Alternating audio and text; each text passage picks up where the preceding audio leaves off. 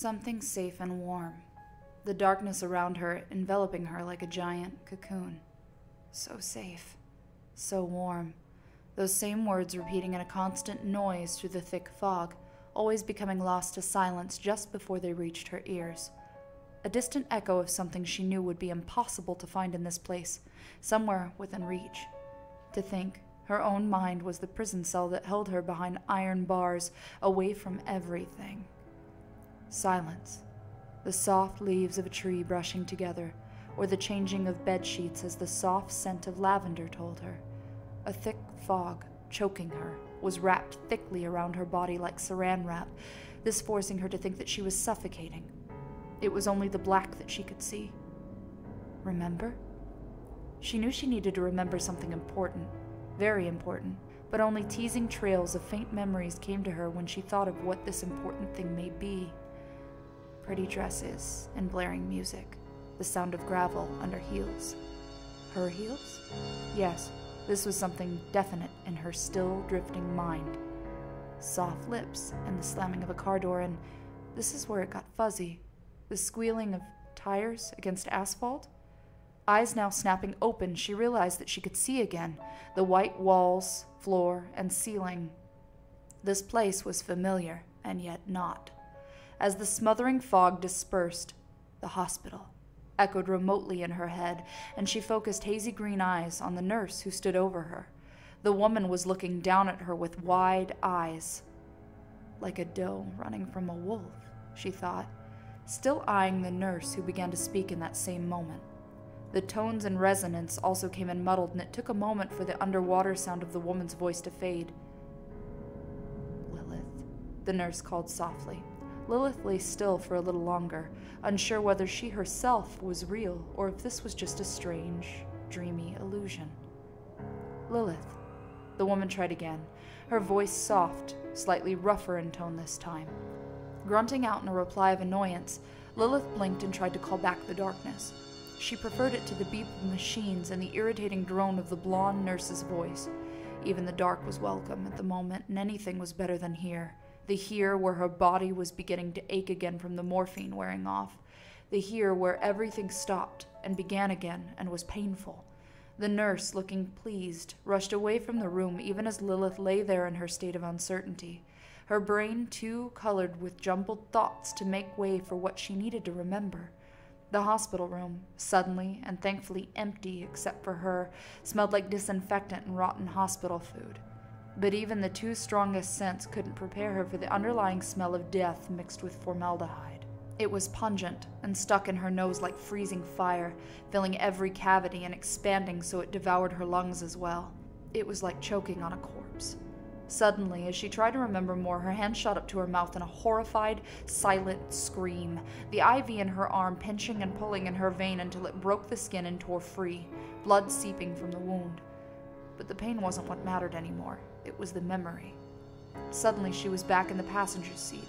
The cool satin fabric of her formal dress bunched around the tops of her thighs on leather seats as she sat back in Dimitri's small car. He was staring at her, smiling wide, his mouth not quite moving with the words that she had heard. "Happy anniversary.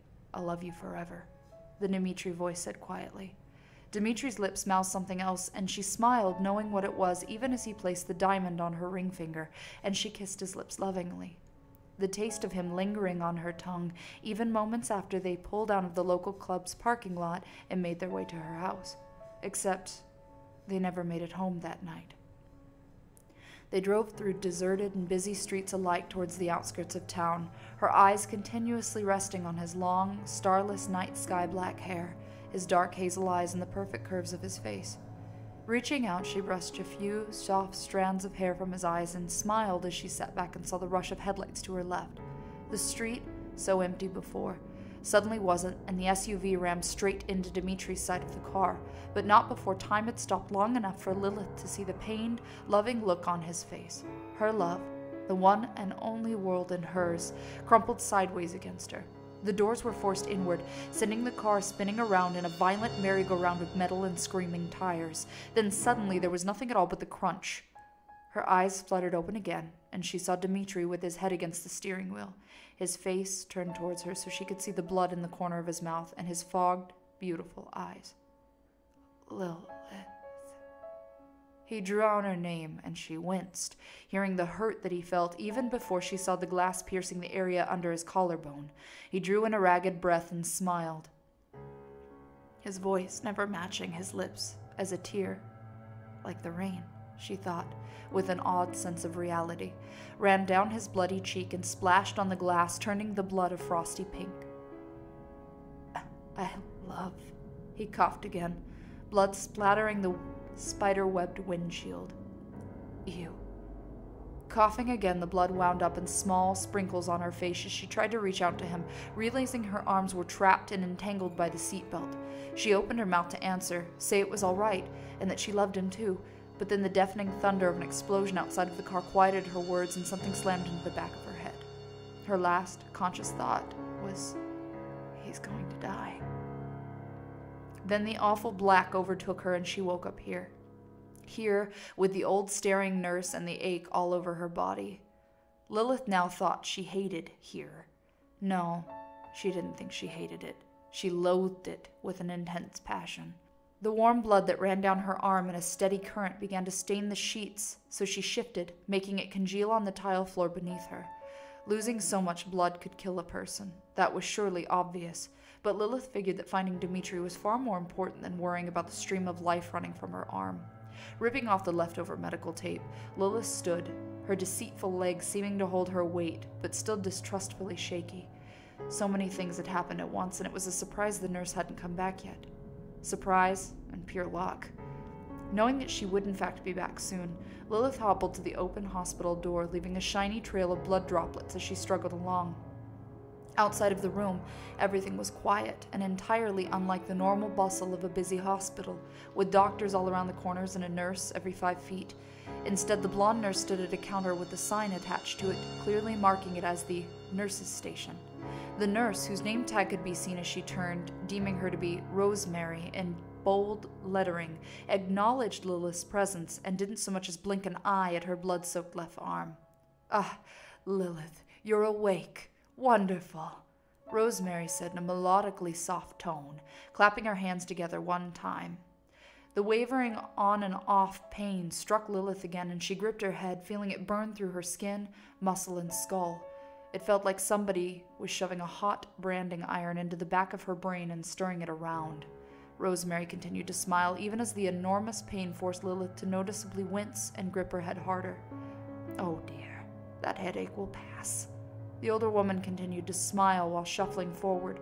Reaching out a slightly shaky, wrinkled hand, Rosemary ran it over Lilith's cheeks and sighed. It's horrible, isn't it? The way you have to see the world. Lilith eyed the woman wearily, the awful anguish slightly blurring her vision as she shifted her gaze. We all go through that when we arrive. It's what keeps us on our addiction-driven toes.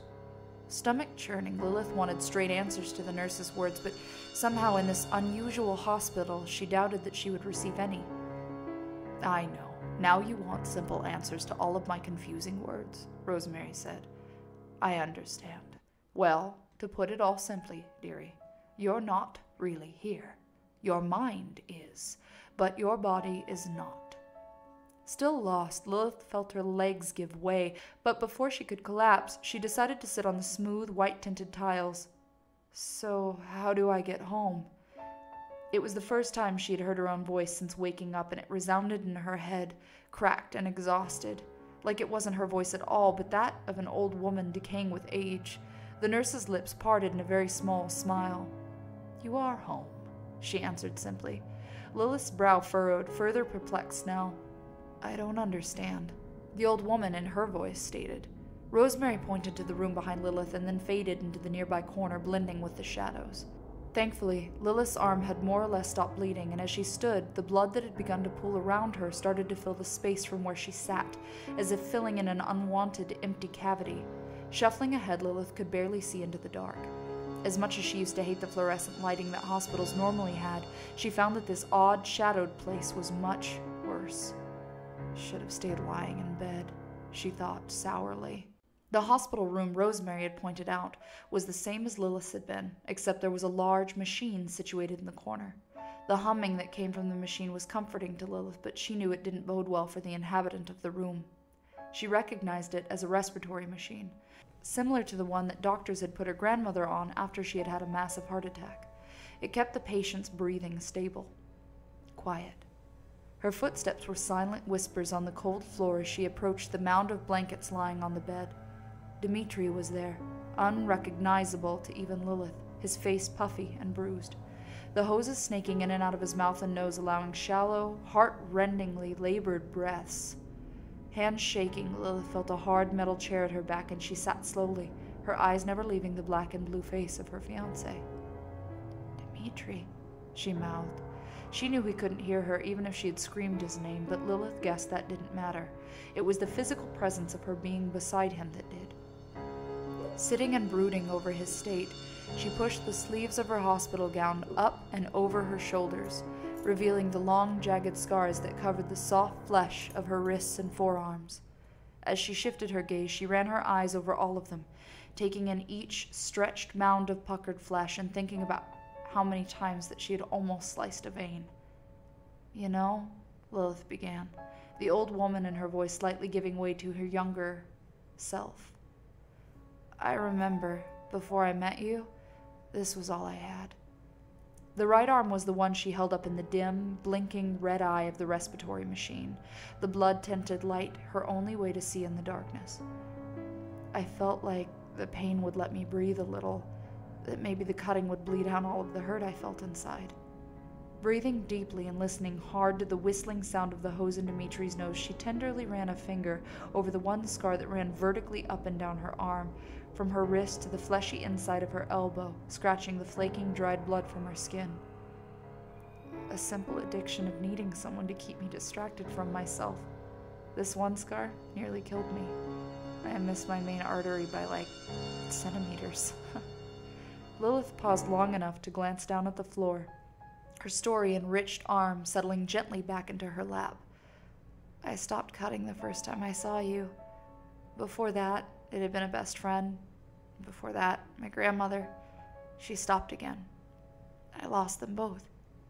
So many people I've relied on to keep me safe from myself, but I could never keep them safe from the world." Lilith cleared her throat softly and shifted uncomfortably in her seat, the metal feeling too cold. "I guess that's why I didn't really feel it when I pulled the IV out of my arm." Her voice softened. "Old habits die hard." A low snicker floated through her words, and it was then that she decided to stand, leaning into the young man's washed-out face and kissing him gently on the forehead. "I love you." With that, she turned and eased the door shut behind her. That hypnotizing fog was back again, but this time, Lilith felt like it was pulling her in another direction. She followed this fog, allowing herself to slip into a fire escape door and down a few flights of stairs. The stairwell, only slightly lit by a single blinking bulb, seemed endless, just a continuous downward spiral of fading steps. Each time she proceeded forward, there was a crunch as leaves that were scattered on each step broke under her feet. When she finally reached the bottom, Lilith twisted the old brass handle of the door at the end of the stairs and opened it slowly, revealing a set of double doors leading into a large day room. The sign above the doors labeled it as the recovery unit. The fog pushed her towards the doors, and Lilith allowed herself to step into the room, tables and chairs scattered everywhere, with a few people dotted around as well. She knew what this place was. It was a room where they kept the severe recovering addicts in during the daytime. Lilith had been in one before, the only time that she'd been caught cutting, and just being in one again caused her to shiver violently. The door clicked shut behind her softly, and when Lilith turned to see why, Rosemary appeared beside her looking serious. "Well," the woman murmured. Blinking at her, Lilith shrugged and rolled down her sleeves while breathing deeply. "Over there is Dean McCarthy. He was a recovering alcoholic. He loved his drink a little bit more than he loved his own wife. One night, he came home, bottle in hand, and so drunk that he mistook her for a punching bag." Rosemary's voice wavered, and it became cold and serious.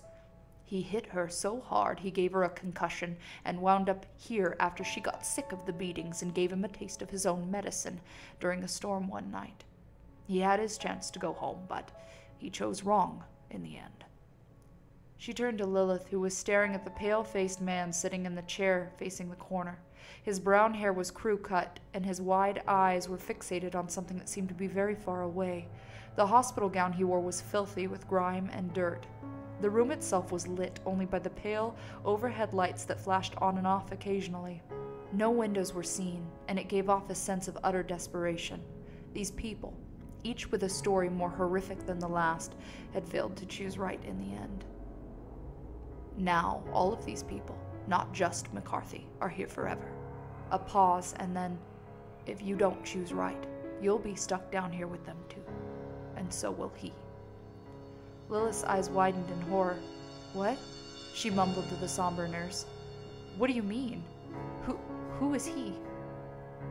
Rosemary turned her eyes to Lilith, and it was the first time that she had realized the woman's eyes were a paralyzing ice blue. Predator's eyes, she thought darkly. Rosemary answered, Dimitri. But if you don't learn what you need to and make your choice, you and him both will be stuck here forever. On the other hand, if you do go back to the physical world, he will die. You will live. Turmoil filled Lilith's eyes, and she scrunched her nose up, trying hard not to cry. That's not fair, she whispered.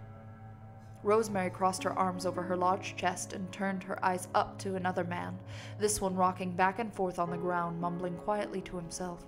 His white beard and hair was long enough to touch his chest, but his vibrant brown eyes seemed young and aware through the wrinkles on his face. His hospital gown, unlike McCarthy's, was entirely spotless. John Greystone, Rosemary said. He became so obsessed and addicted to his religion that he began to think he himself was God. You're saying people can become addicted to God? Lilith asked. I'm saying that sometimes people need the comfort of faith in another person, or in his case, a higher deity, to think that they can survive. So, I'm here because I'm addicted? Yes. With that final word, Rosemary walked into the center of the room and pointed at one more person, a woman who was standing at the opposite end of the room from Lilith. She was staring at a painting that was situated on the wall. It was of a wooden house, sitting beside a free-flowing creek in a forest. It was probably the only piece of art in this entire purgatory. The woman's blonde hair ran like a sunlit river down her back and between her shoulder blades. Rosemary's face became undeniably distressed as she looked over this woman. Rose Hart. My own daughter, she muttered. Reaching out a hand but not quite touching the girl, it seemed as if none of the patients had any idea at all that Rosemary and Lilith were there, but something heavy that was in the room did. It felt like it was feeding off of the life force that Lilith had left, something that hadn't eaten for many years, at least since these people had arrived and failed their different tests. Easing towards Rosemary, Lilith watched the girl who just continued to stare, undeterred by her mother's presence. She became addicted to saving me.